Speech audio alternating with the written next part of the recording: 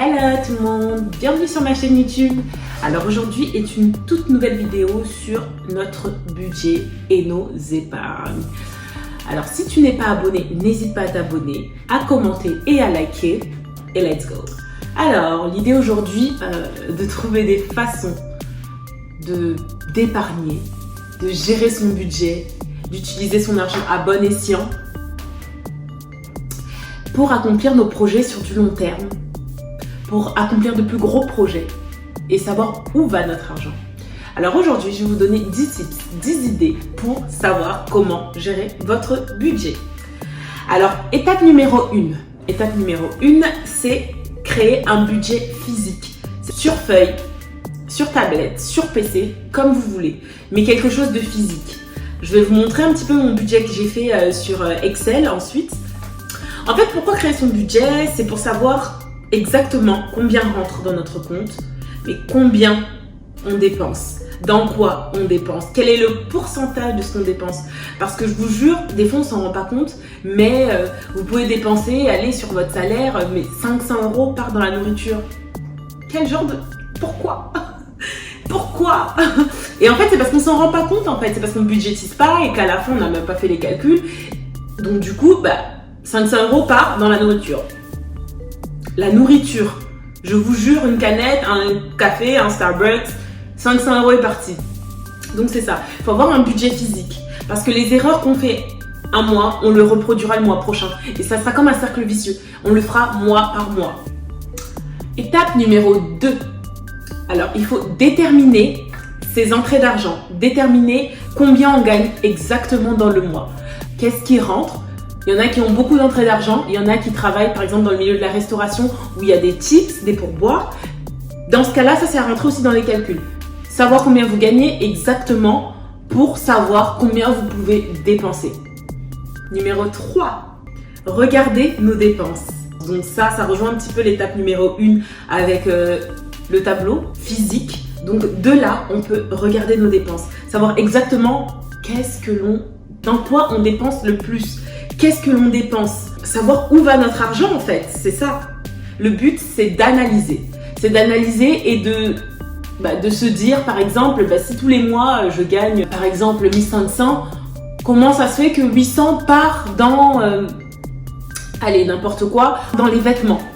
Vous voyez? Savoir où va notre argent exactement, ce que l'on dépense le plus, et pour savoir comment atténuer cette dépense, ou peut-être se donner un budget sur cette catégorie qui fait qu'on dépense le plus. Numéro 4, c'est la règle des 70-30. Alors je vous explique. 70-30, il faut épargner 30% de son salaire et utiliser 70%. C'est-à-dire que dès que vous touchez votre salaire rentre sur votre compte. La priorité est de vous payer vous-même. Prenez pas ça comme allez, je bloque de l'argent. Vous vous payez vous-même. Parce que l'argent que l'on dépense, on paye ça aux instituts. On va dépenser de l'argent chez Zara, on paye Zara. Payez-vous vous-même.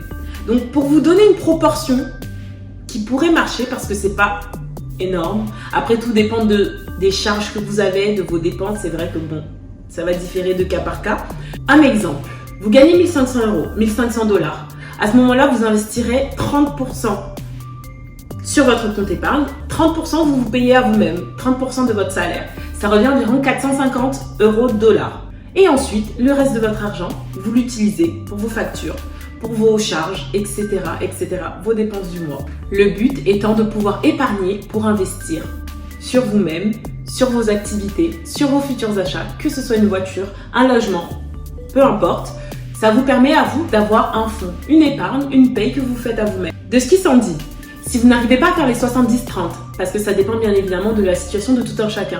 Si vous avez beaucoup de dépenses, beaucoup d'argent qui sort et ne pas pouvoir faire les 70-30, de ce qui s'en dit, c'est que vous ne gagnez pas assez par rapport aux dépenses que vous avez à faire. Bon, après, tout le monde ne peut pas gagner autant qu'il voudrait gagner, hein. Malheureusement, c'est vrai que si c'était possible, je pense que tout le monde gagnerait beaucoup d'argent. Là, soit trouver d'autres entrées d'argent peut-être faire un pourcentage un peu moins élevé. Je pense qu'il n'y a pas de problème avec ça. Number 5, étape numéro 5. Alors je pense que ça, on me l'a répété. On néglige en fait. Garder ses pièces. Attendez, j'ai une anecdote à vous raconter. Un jour, on était à Auchan avec ma mère, mes sœurs. On était en train d'imprimer des photos au photomaton. Juste à côté, il y avait les machines à pièces. C'est des machines où vous mettez toutes les pièces que vous avez et ça vous sort un bon du montant des pièces. Donc il y avait un monsieur qui est venu avec un sachet de pièces, des pièces jaunes, des cents, des coins. Et il a commencé à verser ses pièces. Ok, 10 dollars, 10 euros, 20 euros, 30, 50, 100. Et là, on s'est regardé avec ma mère en mode, oh mon Dieu, on aimerait tellement avoir ces centimes.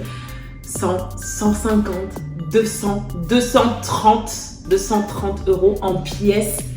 5 centimes, 10 centimes, 1 centime, s'il vous plaît. Donc tout ça pour dire que il faut garder ces pièces. Déjà de une, garder parce que tout chiffre fait nombre. 1 centime plus 1 centime, au final, ça peut bien faire 10 euros. En tout cas, tout chiffre fait nombre. Donc, gardez ces pièces, mais aussi respectez l'argent. Parce qu'aujourd'hui, on néglige 10 centimes parce qu'on a peut-être 10 euros. Donc, les 1 centime, les 10 centimes, on va jeter, c'est vrai. Mais quand on aura encore plus des millions, on va négliger aussi 10 euros. Donc, il faut dès maintenant avoir cette responsabilité par rapport à l'argent. Toute pièce, toute monnaie a une valeur. Voilà, a une valeur exactement. Alors, pour ce faire, un petit pot. Par exemple, un pot que vous pouvez mettre à la maison où vous mettrez toutes vos pièces. Toutes les pièces qui traînent, toutes les pièces que vous voyez, ne jetez rien. Mettez-les dans le pot. Dans le pot. Et au bout d'un certain moment, vous verrez que tout chiffre fait nombre. Ma mère, elle aimait bien dire, si vous n'êtes pas capable de donner maintenant avec ce que vous avez, même le minimum de ce que vous avez, c'est pas parce que vous gagnerez plus que vous donnerez. Pas forcément. Parce que nos dépenses augmentent en fonction de ce qu'on a. Donc ne rien négliger, même pas la petite somme, parce que quand on gagnera plus, on aura déjà cette responsabilité vis-à-vis de l'argent. Un petit chiffre, une grosse somme, ce sera la même chose pour nous, bien que ça n'a pas la même valeur, mais tout chiffre fait nombre. Numéro 6. Alors en numéro 6, on a tout ce qui est virement automatique. C'est-à-dire vous avez votre compte épargne, votre PEL, votre REER, désolé je parle plusieurs langages, votre compte épargne, votre REER, votre PEL, votre peu importe, livret A, tout ça. Faites-vous des virements automatiques. Comme ça, vous n'avez pas à les faire vous-même physiquement. Ça part. Votre argent arrive, le transfert part. Comme ça, vous, de votre côté, vous n'avez pas à gérer ce côté-là. Parce que il est arrivé des mois où tu dois virer sur ton compte, peut-être tous les mois tu vires 500 euros. Et ce jour-là, allez, 390, on baisse. Non. Faites des virements automatiques. Vous les voyez, les transactions, évidemment, mais ça vous évite à vous de faire la démarche. C'est fait automatiquement d'un compte à un autre. Numéro 7, c'est la loi du compte en banque.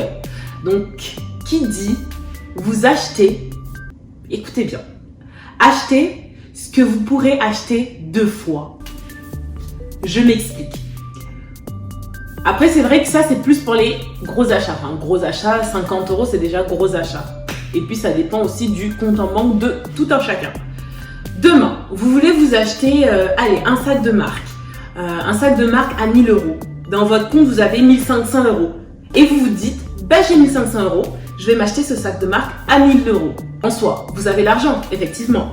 Mais cette loi dit que vous pouvez acheter que ce que votre compte vous permet d'acheter 2 fois. C'est-à-dire que si ce sac coûte 1000 euros, dans votre compte, vous devez avoir 2000 euros. En fait, c'est logique. Vous voyez, je regardais dans les commentaires, tout ça. Une personne se plaignait parce que elle avait acheté des Louboutins, les chaussures Louboutins qui coûtent environ 500 euros, 600 euros, quelque chose comme ça. La semelle rouge de la chaussure, je pense que la chaussure Louboutin, tu marches avec 1-2 fois déjà, la semelle elle commence déjà, le rouge commence à partir. Et donc du coup, il faut mettre une plateforme, quelque chose que tu dois payer en plus. Je pense que c'est une centaine d'euros, quelque chose comme ça, pour que ou soit le rouge reste, ou soit que la plateforme s'abîme moins. Et il y a une fille qui se plaignait du prix de la chaussure. Et elle disait, déjà qu'on achète cette chaussure-là à ce prix-là, il faut encore rajouter ça pour l'entretenir. Dans un commentaire, il y a quelqu'un qui disait, c'est comme si demain t'achetais une Ferrari et que tu te dises, oh c'est trop cher les réparations. Mais en fait, je trouve que c'est exactement ça. Dans le sens où tu t'achètes ça, si tu sais que dans ton compte, tu as beaucoup plus que ce montant-là. Ah, certes, la chaussure coûte cher, certes, c'est aussi de l'argent qui sort, mais t'achètes pas ça de justesse. T'achètes pas ça là en te disant que c'est les dernières économies de ton compte. Non, t'achètes. Mais tu sais que dans mon compte, j'ai le double. S'il arrive un problème avec ça, tu sais que tu pourras te retourner et faire quelque chose. Pourquoi? Parce que tu as de l'épargne. Ça ne sert pas forcément qu'à ça, c'est vrai. Mais tu as de l'épargne. Et en plus de ça, tu avais déjà le double de ce montant-là. Et avec le temps, bien évidemment, tu as le triple. Hein, c'est logique. Et en plus, du coup, tu peux t'autoriser ces réparations-là. Parce que tu as acheté quelque chose qui est rentré dans ton budget. Quelque chose que tu pourrais entretenir derrière. Tout simplement. Number 8, numéro 8. Alors, je pense qu'il y a beaucoup de lois. Alors, la loi des 24 heures. Qu'est-ce que c'est? Vous voulez acheter quelque chose demain.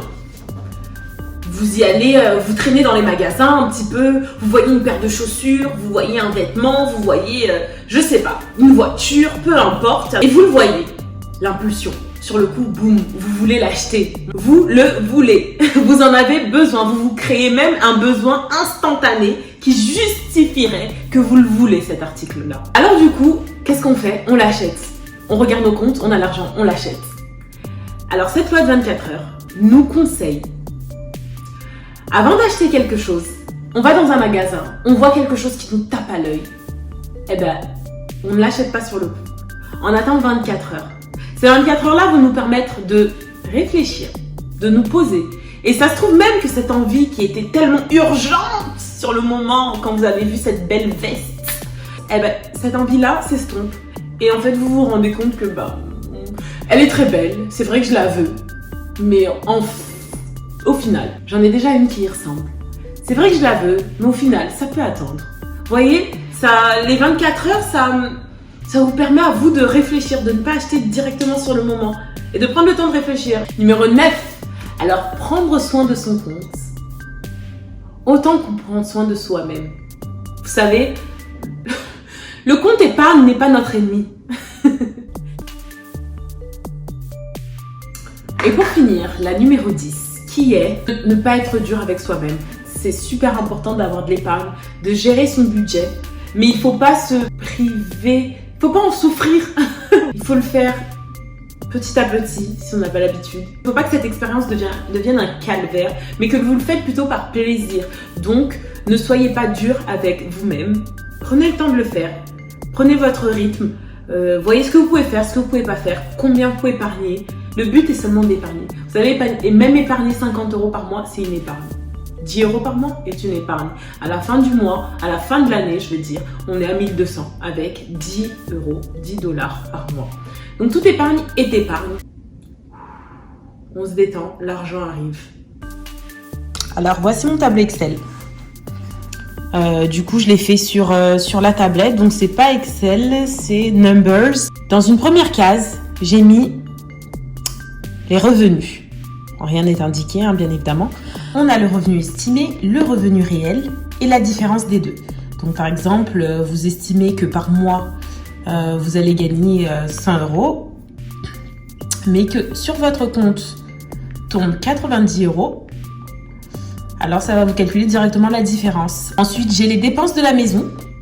J'ai rien écrit là tout de suite, mais vous pouvez avoir tout ce qui est électricité, eau, facture, télévision, un petit peu tout ça. J'ai mes dépenses personnelles à moi. On a l'épargne qui est déterminée, calculée automatiquement. Et on a le solde du mois en cours, sous forme de camembert. Combien on dépense et dans quoi surtout? Pour ceux qui touchent leur salaire 2 fois par mois, parce qu'il y en a qui sont payés toutes les 2 semaines. C'est un petit peu le même, c'est exactement les mêmes tableaux, mais divisés en 2 semaines. En espérant que tout ça vous ait plu, je vous laisse avec ce tableau Excel. Donc je vous laisse mettre ces 10 commandements en pratique. Bisous bisous!